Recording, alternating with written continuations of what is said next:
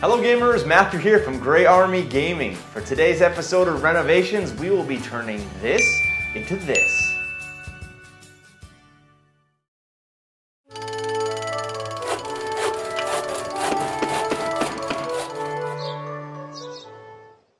Alright guys, we're going to start out by taking a look at some of the pictures of the piece in its original form. I accidentally deleted all of the footage of the original piece, but the pictures give a nice look at how it is in its original form. This is from 1991, I believe, from the Red Box Dinosaur Volcano set from Fisher Price.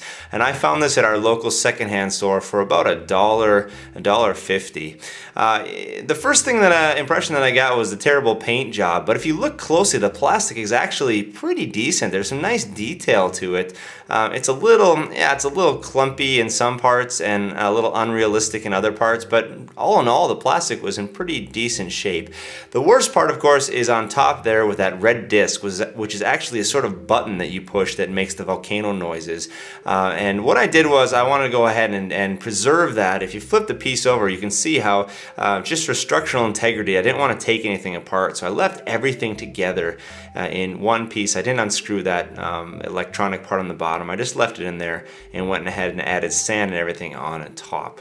So basically what I did was I just went and filled the 3 different volcano parts there with sand, different layers of sand, and then I went and added some black base coating and did the dry brushing and a few other details. So let's go ahead and show you how that went.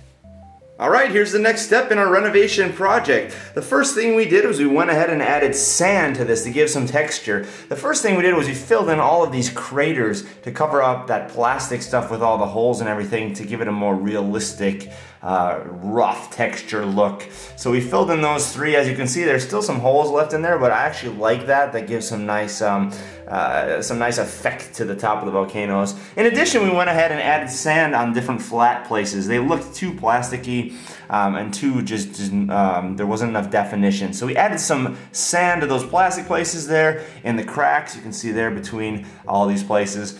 And then we went ahead and just added 2 base coats of black to go ahead and cover that up. And the next step now is we're going to go ahead and do some dry brushing, and I'm hoping to add 4 different kinds of shades for the dry brushing to give it a really rich, nuanced effect.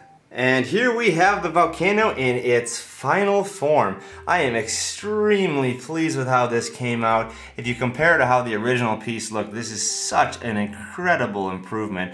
Let me just give you a brief run through of what I did here, some of the details. Like I said, I went ahead and I added sand in all of these areas where the volcano vents are.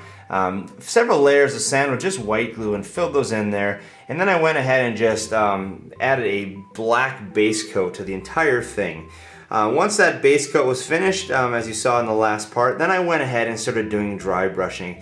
And you can see here on the sides there's some really nice tones here. I actually went ahead and did, I think, 6 or 7 different kinds of dry brushing, starting with some brown, and then I did some brown reddish, and then I did some red, some brown, red, yellow ochre, and just some straight up ochre, and finish off then with some tan colored. So you can see there's a lot of different variation there, and I think the colors looked pretty nice.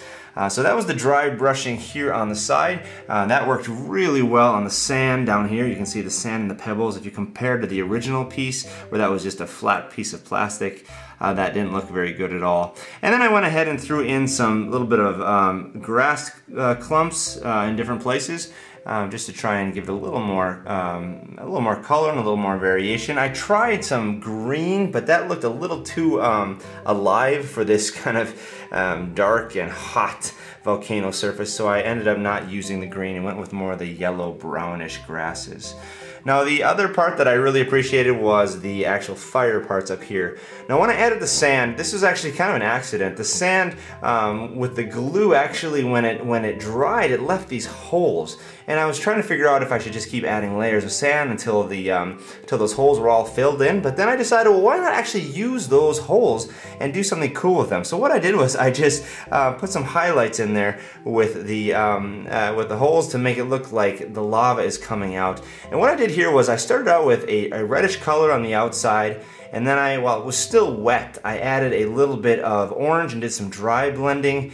And then I went over to yellow. And then last of all, I hit it off with a little bit of white there. So there's 4 different colors that are blended together nicely. And it really gives an incredible illusion of lava coming out of that dark black parts on top. And of course the black here, I went ahead and I kept it black because I like the idea of that black surface. But then I went ahead and put a gray dry brush across the sand and then just really carefully put a white highlight dry brush on there to make it pop a little bit more. And this is the final piece here. I think it looks really good. It matches the same colors of the desert scape that I had just finished up, so I'll be able to use it with that. All in all, a pretty amazing project. This was, I think, ended up costing less than $5 if you count the paints and actually buying this piece itself.